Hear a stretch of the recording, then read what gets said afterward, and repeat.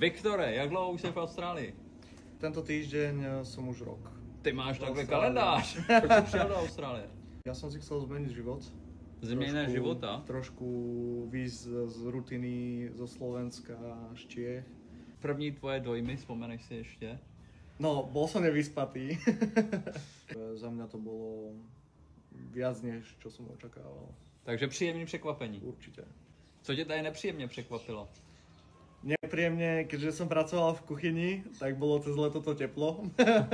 Takže jsi se spotil trošku. Až moc, až moc.